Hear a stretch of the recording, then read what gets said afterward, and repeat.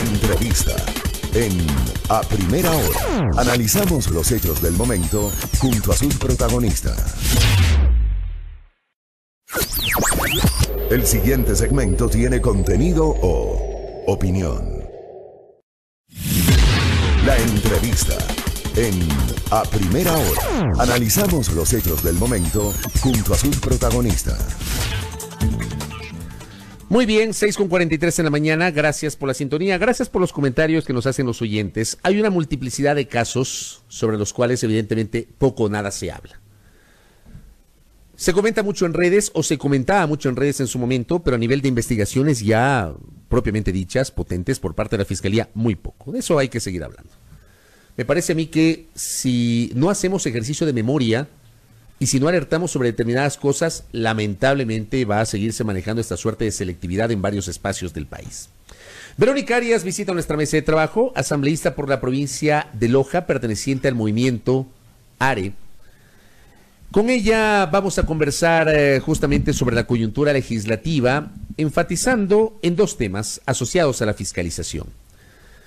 El presente y futuro del procesamiento político en la Comisión de Fiscalización en contra de la presidenta del Consejo Nacional Electoral, Diana Tamaint, y este llamado de atención que han hecho autoridades de la provincia de Loja sobre las ejecutorias del ministro de Cultura, Juan Fernando Velasco, a propósito del Festival de Artes Vivas de Loja y la situación del Teatro Benjamín Carrión, sobre lo que evidentemente hay una suerte de controversia en torno al manejo administrativo de este teatro. Asambleísta Arias, bienvenida, buenos días, ¿cómo le va?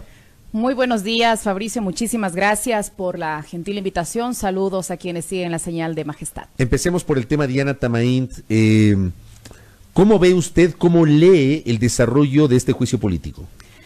Bueno, yo creo que la comparecencia de Diana Tamaint cuando presentó sus pruebas de descargo en la Comisión de Fiscalización, devela de manera clara la falta de ética de ciertos legisladores y los objetivos que hay atrás de este proceso de juicio político en contra de la presidenta del Consejo Nacional Electoral.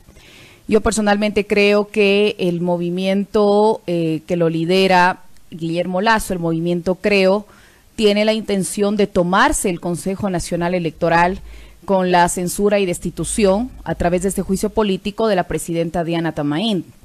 Se avecinan ya las elecciones generales del 2021 y esta organización política tiene como objetivo justamente tomarse el Consejo Nacional Electoral. Ya con esta alianza gobernista que existe entre Alianza País y Creo, formar una mayoría dentro del Consejo Nacional Electoral. O sea, usted sí suscribe la tesis de Diana Tamaint en el sentido de que el movimiento Creo se quiere tomar el control del Consejo Nacional Electoral. Yo no le he escuchado a ella decir eso, pero yo creo que sí, hay un evidente objetivo del movimiento Creo de tomarse esta institución que tiene como deber el respetar la voluntad del pueblo en las urnas. Pero creo que también es importante señalar, Fabricio, yo el día de ayer estaba revisando el juicio político que presentó la asambleísta Yanine Cruz en contra de la presidenta Diana Tamaint, presidenta del Consejo Nacional Electoral, y es lamentable cómo los legisladores no se dan ni siquiera el trabajo de argumentar de manera clara, documentar, argumentar, sustentar sus aseveraciones dentro de un juicio político.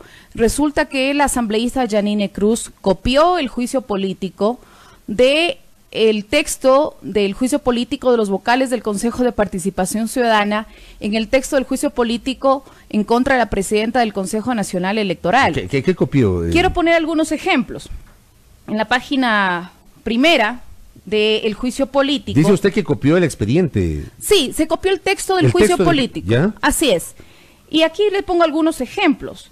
En la página 1 dice que Diana Tamaint, quien fuera posesionada por la Asamblea Nacional el 13 de junio de 2019. Evidentemente, este dato no corresponde a la posesión de Diana Tamaint.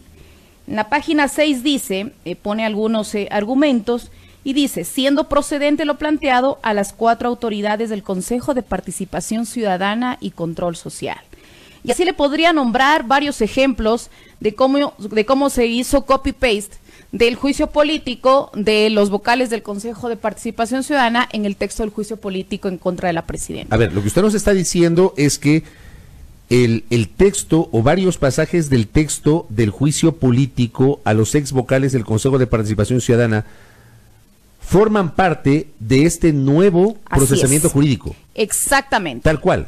Porque hicieron copia-pega, copy-paste del juicio político del ex vocal del cura Tuárez y de los otros vocales del Consejo de Participación Ciudadana, copiaron ese texto en el juicio de la presidenta del Consejo Nacional Electoral. Es decir, no se dieron ni siquiera el trabajo de escribir, de redactar, de sustentar, de argumentar un juicio político. Pero ya sabemos cómo ciertos legisladores utilizan la fiscalización y los juicios políticos como una plataforma política, la oportunidad de buscar cámaras, de hacer escándalo, de llamar la atención mediáticamente. Pues sí, eso evidencia obviamente la falta de ética de ciertos legisladores.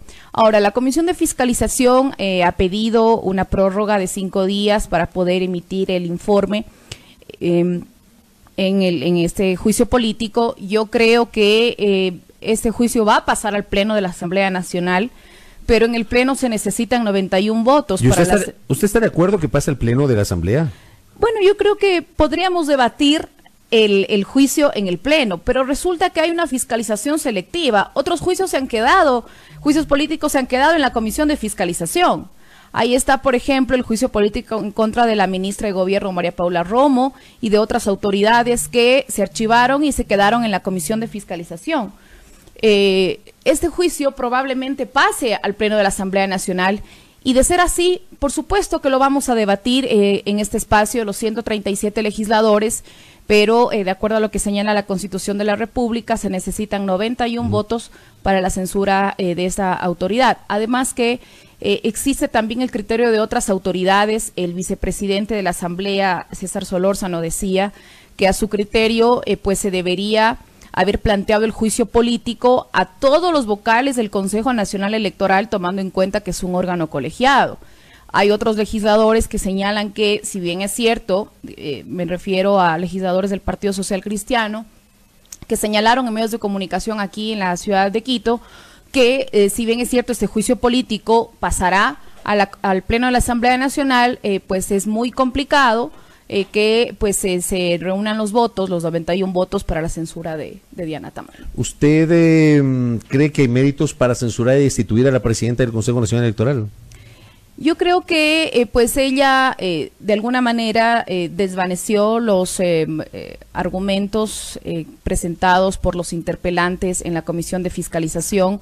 Obviamente estamos a la espera de que se presente el informe de la Comisión de Fiscalización, cuáles son los argumentos, los elementos que plantea esta mesa legislativa, luego tomaremos una decisión al respecto, ¿no? Creo que es importante también analizar cuáles son los argumentos de cargo que presentan los interpelantes, aunque es evidente que hay temas que no corresponden y que se le pueden imputar directamente a la presidenta del Consejo Nacional Electoral. Ella no puede responder por actos de terceros o por delitos o supuestos delitos que han cometido terceras personas, sino por sus acciones u omisiones en el ejercicio de su cargo. De eso se trata un proceso de fiscalización y de rendición de cuentas que tienen que hacer las autoridades en el Parlamento. Correcto. Sobre ese tema estamos expectantes. Dimos lectura a una nota sobre el juicio político y aparentemente mañana jueves podría estar el informe que recomiende o no que el proceso político pase al Pleno de la Asamblea Nacional desde la Comisión de Fiscalización. Vamos al otro. ¿Es o no posible que usted lidere algún tipo de interpelación o proceso de juicio político contra el ministro de Cultura? Es pública esta controversia que se ha abierto entre el ministro Juan Fernando Velasco y autoridades de la provincia de Loja respecto a los temas culturales asociados al Festival de Artes Vivas y al manejo del Teatro Benjamín Carrión.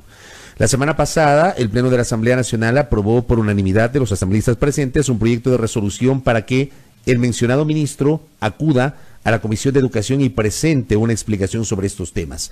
Pero le pregunto, ¿usted ha pensado en llevar a juicio político al ministro Juan Fernando Velasco? Hay méritos para ello, porque los golpes que se han dado a la cultura en la provincia de Loja, y sobre todo el último, el cierre del Teatro Benjamín Carrión, un teatro que costó varios millones de dólares, y la suspensión de sus actividades, no es un hecho aislado. Ya se han dado otros golpes que han frenado el avance de los proyectos culturales en la provincia de Loja. Ustedes recordarán en el 2018 cómo ciertas voces representantes del centralismo ya quisieron quitarle a Loja la sede del Festival de Artes Vivas. Señalaban que este evento debía ser itinerante, que debía ser rotativo y quitarle a Loja la sede. Yo presenté un proyecto de ley que fue aprobado por unanimidad en el Pleno de la Asamblea Nacional para garantizar que la sede permanente del Festival de Artes Vivas sea en la ciudad de Loja. Entonces no nos pudieron quitar la sede del festival, pero le redujeron presupuesto a este evento cultural. Presupuesto que en el año 2017 fue de 3 millones de dólares, en 2018 fue de 2.600.000 dólares y en 2019 fue de 1,5 millones de dólares. Como segundo golpe. Posteriormente a ello, se quita la autonomía al Teatro Benjamín Carrión. Los procesos administrativos y financieros pasan a ser asumidos por la planta central del Ministerio de Cultura, que tiene sede aquí en Quito. Funcionarios del teatro fueron despedidos. El ministro Velasco decía... Perdón que le interrumpa. ¿Esto en la administración o bajo la administración del ministro Velasco? De Raúl Pérez Torres. Ya, este acuerdo ministerial DM 2019-033, que le quitó la autonomía al teatro, fue suscrito por el ex ministro de Cultura, Raúl Pérez. El ministro Velasco decía en su cuenta de Twitter que no se le ha quitado nada la autonomía al Teatro Benjamín Carrión de Loja, que solamente los procesos administrativos y financieros fueron asumidos por la planta central del Ministerio de Cultura, que tiene sede en Quito. Yo le pregunto al ministro Velasco si eso no es quitar autonomía al Teatro Benjamín Carrión, entonces, ¿qué es? ¿De qué estamos hablando? Y como cuarto golpe, ya y cereza al pastel, se cierra el Teatro Benjamín Carrión, se suspenden sus actividades, un teatro que además es la sede principal, es el principal escenario del Festival Internacional de Artes Vivas. Un poco para poner en contexto el asunto del cierre del teatro, resulta que el director del Teatro Benjamín Carrión pide a la Contraloría que haga un examen especial de las actividades del Teatro Benjamín Carrión, y la Contraloría, la Dirección Provincial de Loja, la Contraloría, recomienda el cierre del teatro por la pésima gestión administrativa realizada por el Ministerio de Cultura. Hubo una enorme presión ciudadana ejercida en Loja con muchísima firmeza. Para que no se cierre el teatro. Para que se lo reabra el teatro, porque el teatro ya se lo cerró. Claro, fueron suspendidas algunas actividades que estuvieron previstas. Por supuesto, ya había artistas, grupos que estaban agendados para presentarse en el Teatro Benjamín Carrión. Y resulta que la semana anterior el ministro de Cultura emite un comunicado el martes de la semana anterior en horas de la noche, señalando que ya ha conversado con el Contralor General del Estado. Se desdicen en los mismos exámenes especiales que realiza la Contraloría, que son de obligatorio cumplimiento, y dicen que ya han decidido abrirlo al teatro. No porque se ha tomado esa decisión, las cosas quedan ahí. El ministro Juan Fernando Velasco, el ministro de Cultura, tiene que explicarle al pueblo de Loja por qué el Teatro Benjamín Carrión fue cerrado. Hay una pésima gestión administrativa por parte del Ministerio de Cultura, y eso lo dice la Contraloría en su examen especial. Además, él tiene que informar, y eso está establecido en la resolución que fue aprobada por unanimidad por la Asamblea, qué ha hecho él como ministro de Estado, como ministro de Cultura, para garantizar el buen uso del Teatro Benjamín Carrión, su mantenimiento y su funcionamiento. Adicionalmente, ¿qué ha hecho él como ministro de Cultura para poder establecer ya un modelo de gestión al Teatro Benjamín Carrión? Hasta la fecha, ya casi han pasado 3 años de gobierno, el Teatro Benjamín Carrión no tiene un modelo de gestión. Imagínese usted, Fabricio, que los artistas que se quieren presentar y los grupos que se quieren presentar en el Teatro Benjamín Carrión, que dicho sea de paso es uno de los 6 mejores teatros que tiene Sudamérica, es un teatro que costó casi 20 millones de dólares.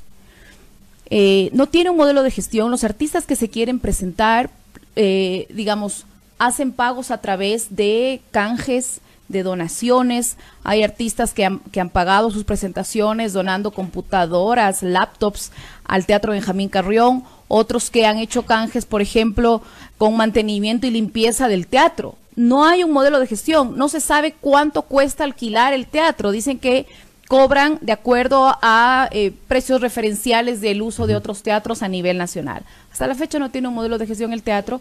Y también que nos informe respecto de la autonomía del teatro. Pero usted no me habla todavía de que podría ser inminente el pedido de juicio político. Lo que pasa es que estoy poniendo en antecedente y dando a conocer todas estas acciones que podrían configurar causales. Por supuesto, y omisiones también por parte del Ministerio de Cultura respecto de los manejos tanto del Festival de Artes Vivas, del Teatro Benjamín Carrión y los proyectos culturales en Loja. Y como tercer punto, la autonomía del Teatro Benjamín Carrión, porque el 5 de junio del año anterior yo misma presenté un proyecto de resolución que fue aprobado también por la Asamblea, solicitando al Ministerio de Cultura que le devuelva la autonomía al Teatro Benjamín Carrión. Hasta la fecha no se ha hecho ninguna gestión, no hay ningún avance al respecto y nuevamente en esa resolución se solicita al ministro que se devuelva la autonomía al teatro, se tiene nuevamente que pedir permiso acá a la ciudad de Quito, a la planta central del Ministerio de Cultura para tomar ciertas decisiones.